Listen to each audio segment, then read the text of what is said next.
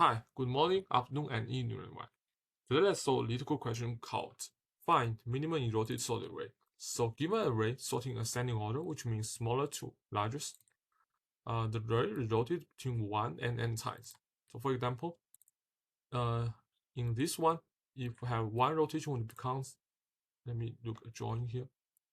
So if we rotate one time, the 7 will be ahead of array, and rotate the second time, the 6 will be ahead of array, and rotate the third time, this 5 will be ahead of array, and rotate the fourth time, this 4 will be ahead of array. Okay.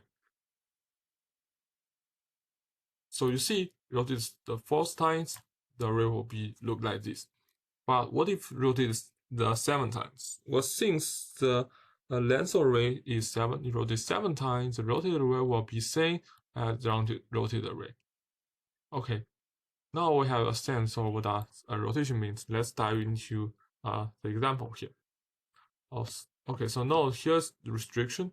We must write the algorithm in O log n time, so there's no way we can using the inbuilt sorting algorithm in Python. So in here we have sorted array, right, rotated array. So rotated portion is 3, 4, 5, and non-rotated portion is 1, 2. So minimum element is 1. And in this case, the minimum element will be 0. And the final case, this array is not rotated. Minimum element is the leading element. This is 11. Okay, so in this kind of binary search methods, the most fundamental thing is to ensure when we have to search left and when we have to search right.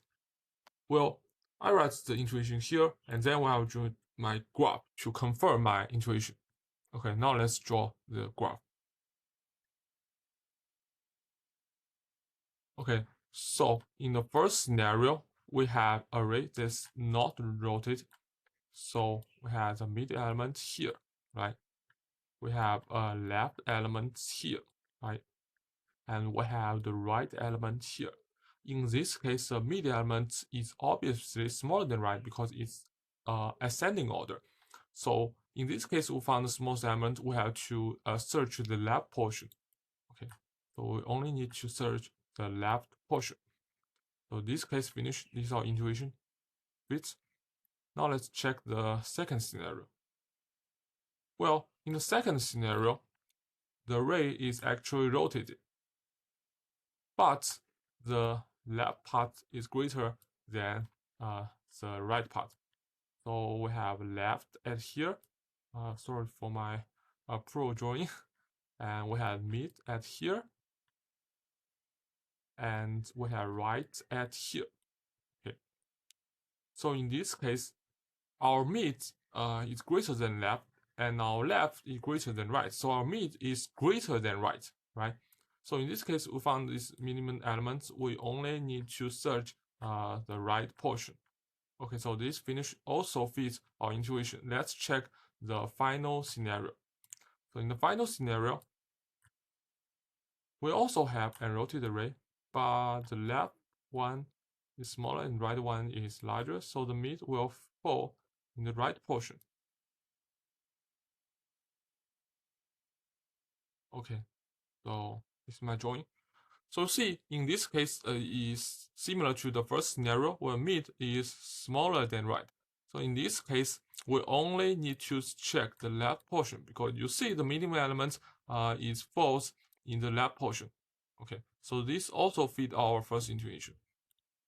Now we have demonstrated our intuition. Let's dive into the coding part.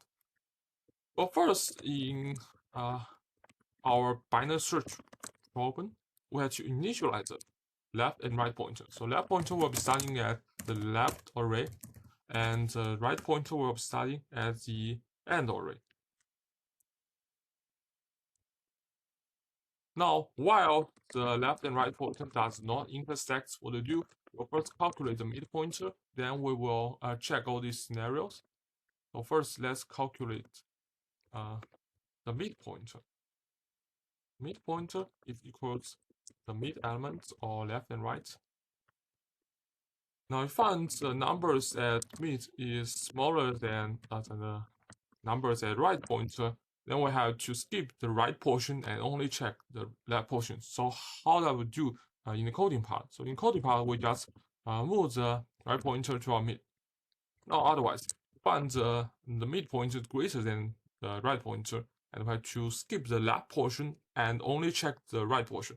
So in this case, we want to move the left pointer to the mid plus 1. Okay. Now finally, we turn the numbers at the left pointer, and it should be done. Let's check if it is successful.